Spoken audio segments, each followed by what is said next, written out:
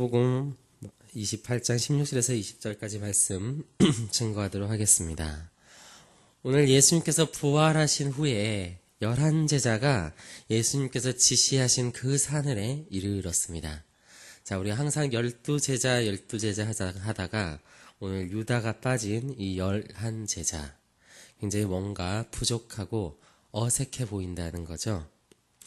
여러분, 또한 이 제자들의 상태도 그리 온전한 상태는 아니었던 것 같습니다.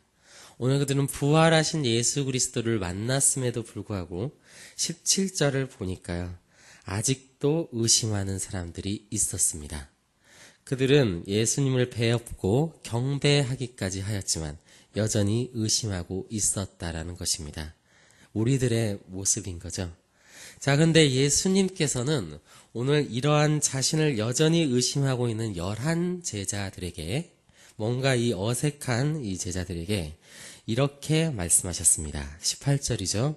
예수께서 나와 말씀하여 이르시되 하늘과 땅의 모든 권세를 내게 주셨으니 그러므로 너희는 가서 모든 민족을 제자로 삼아 아버지와 아들과 성령의 이름으로 세례를 베풀고. 아멘. 오늘 이 정말 유명한 지상명령, 너희는 가서 모든 민족을 제자로 삼아야 한다 라는 이 명령을 예수님께서는 온전한 제자들, 완성된 제자들, 잘 훈련된 제자들에게 하신 것이 아니라 오늘 이 뭔가 어색하고 불완전한 이 11제자들에게, 여전히 의심하고 있는 사람들에게 했다라는 게 복음의 충격적인 부분이라는 것입니다. 여러분, 우리에게 이 제자로서의 명령이 주어졌습니다. 제자는 따로 어떤, 우리는 흔히 생각하기에 성도가 따로 있고 제자로가 따로 있다라고 우리는 생각하지만, 예수님께서는 오늘 여전히 의심하고 있는 그 제자들을 자신의 제자들로 간주하며 그들을 그 예수님의 이 중요한 하나님의 큰 일을 다른 이들에게 맡기신 것이 아니라 바로 이 여전히 의심하고 있고 부족한 이 제자들에게 하셨다라는 것입니다. 그렇다면 이 명령은 오늘날 살아가고 있는 우리들에게도 여전히 동일하게 주어지는 것이라 할 수 있겠습니다. 우리들은 흔히 생각하기를, 나는 아직 제자가 아니기 때문에 난 아직 제자 삼는 일을 할 수가 없다라고 생각하는 우리의 이런 불신앙의 모습들이 있습니다. 여러분, 그렇지만 이 제자로서의 사명은 우리가 잘 준비되어져서 주어지는 것이 아니라, 우리가 정말 깨어있기 때문에, 우리가 하나도 의심이 없고 믿음이 너무나도 뛰어나기 때문에 그런 자들에게만 주어진 것이 아니라, 여전히 의심하고 있지만, 여전히 부족하지만 그럼에도 불구하고 그리스도를 따르려고 했던 그 제자들에게 주어졌다는 것입니다. 우리가 이 일을 스스로 하려고 하면 참으로 어려운 것 같아요. 그래서 예수님께서는 이렇게 말씀하셨습니다. 하늘과 땅의 모든 권세는 내게 있다. 예수님께 있다라는 것입니다. 자, 그래서 우리는 가서 제자 삼을 수 있다라고 말합니다. 예수님께서는 내게 하늘과 땅의 모든 권세가 주어져 있기 때문에 너희들이 가서 제자를 삼을 수 있다라고 말합니다. 실제로 예수님께서 지상 공생의 기간 동안 제자들을 파송하신 적이 있습니다. 그들은 정말 예수님의 이름으로 귀신을 쫓아내고 복음을 전하고 그를 가르치고 치유하는 이런 예수님께서 하신 사역과 동일한 사역을 훌륭히 해낸 바 있습니다. 여러분, 그들이 바리새인과 서기관들보다 신학적 지식이 뛰어나서인가? 여러분, 그것은 그렇지 않았다라는 것입니다. 그럼 그들이 기도를 많이 해서인가? 나중에 보니까 그것도 아니라는 것이 들통이 났습니다. 그렇다면 그들이 이러한 것들을 할 수 있었던 유일한 원인은 무엇이었습니까?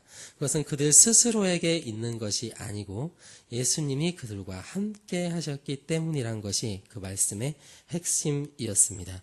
여러분, 우리가 어떻게 해야 제자다운 삶을 살 수 있습니까? 우리가 어떻게 이 제자의 사명을 온전히 감당할 수 있을까요? 오늘 하나님께서 나와 함께 하신다는 사실 때문입니다. 주님께서 계획하셨다라는 사실 때문입니다. 주님께서 우리를 택하셨다는 사실 때문에 우리는 이 모든 것들을 할 수 있는 것이 되는 것입니다. 그래서 20절에서 말합니다. 내가 너에게 분부한 모든 것을 가르쳐 지키게 하라. 우리가 해야 할 바는 바로 이 하나님의 계획에 순종함으로 나아가는 것입니다. 그렇게 되었을 때 오늘 예수님께서는 다시 한번 자신의 약속을 분명히 하는 거죠. 네가 그렇게 하면, 너희가 그 복음을 전하고 너희들이 그 복음에 순종하는 삶을 살면 내가 세상 끝날까지 너희와 항상 함께 있기 때문에, 세상 끝날까지 함께 하시기 때문에 너희는 이 일들을 온전히 감당해낼 수 있다라는 것입니다. 심지어는 요한복음에는 나보다 더 큰 일도 할 것이다 라고 예수님께서 말씀하셨습니다. 우리가 어떻게 예수님보다 더 큰 일을 할 수 있습니까? 그건 불가능하죠. 그러나 그것이 가능한 것은 예수님께서 나와 함께 하시기 때문에, 성령님이 나와 함께 하시기 때문입니다. 그러므로 우리가 항상 강조하는 예수님이 함께 하신 것을 아는 사람은, 하나님의 계획을 아는 사람은 이미 제자인 것입니다. 그리고 좀 그들은 제자를 삼는 자들이 돼야 하는 것입니다. 그것이 우리에게 주어진 하나님의 복음이라는 것이죠. 그래서 우리 제자들은 이제 성령님이 동행하심 안에서 이제 훈련이 되어지기 시작하는 것입니다. 그러므로 세상의 논리처럼 우리가 준비되어져서 우리가 잘 훈련되어졌기 때문에 하나님의 일을 감당할 수 있는 것이 아니라, 우리가 자격이 없지만 하나님께서 우리를 부르셔서 우리를 만들어 가실 것이기 때문에 우리는 그것을 바라보고 그 하나님의 말씀을 우리가 이 땅에서 담대하게 순종할 수 있다라는 것입니다. 오늘 우리 성도 여러분들이 정말 이 복음이 주는 담대함이 회복되었으면 좋겠습니다. 그래서 우리가 정말 다시 한번 이제 결단하고 내가 주님을 따르겠다, 내가 그 주님을 따라가겠습니다 라고 할 때, 우리가 다시 한번 그 예수 그리스도를 믿음으로 결단하게 될 때 하나님께서 우리의 모든 부족함을 만들어 가시고 그 순종함 가운데 일하셔서 우리를 예수 그리스도의 제자로 만드시고 더 나아가서 나를 통해서 제자 삼기는 그런 역사를 반드시 일으키실 거라 생각합니다. 하나님께서 우리에게 천국 열쇠를 맡기셨어요. 우리가 사람들 앞에 천국 문을 열어놓을 수도 있고 닫아놓을 수도 있습니다. 물론 그 안에 들어가게 되는 것, 그들이 믿음을 가지게 되는 것은 하나님이 열매 맺게 하시는 것입니다.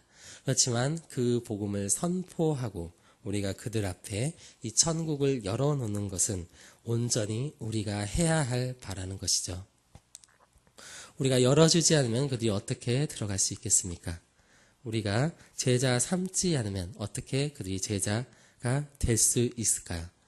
하나님은 이 일을 오직 우리에게 다른 대안 없이 우리에게 온전히 이 일을 위임하셨습니다. 마치 하나님께서 그 예수 그리스도에게 보좌 우편을 맡기신 것처럼 우리에게 하나님은 이 땅에 우리를 맡기시고 이 땅의 모든 일들을, 모든 사람들을 우리에게 맡기셨습니다. 오늘 19절을 보십시오. 모든 민족을 제자로 삼아라. 여러분, 이제는 우리가 전도를 하지 않으면 한 명도 제자가 될 수 없다는 뜻입니다. 네, 모든 민족을 우리에게 맡기셨기 때문에 그런 거죠.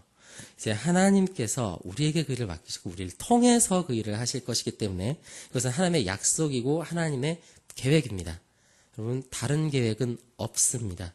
우리는 이 계획을 안다면 이제 그 하나님과 함께 정말 이 하나님의 큰 일을 위하여 그 정말 사도행전의 제자들과 같이 정말 그 하나님의 큰 일을 감당해내야 할 것입니다. 이것은 하나님께서 우리에게 은혜로 베푸신 부르심입니다. 우리가 여전히 의심할 수 있습니다. 여전히 내가 할 수 있을까? 여러분 생각할 수 있습니다. 그렇지만 그 어부들도 세리들도 성령님이 함께 했을 때 할 수 있었던 것처럼 우리들도 하나님이 항상 함께 하신다면, 그 믿음이 있다면 우리도 할 수 있을 것입니다. 우리 같이 이 시간 기도할 때 우리 함께 하실 주님을 기대하며 그 성령님을 기대하며 함께 기도하도록 하겠습니다.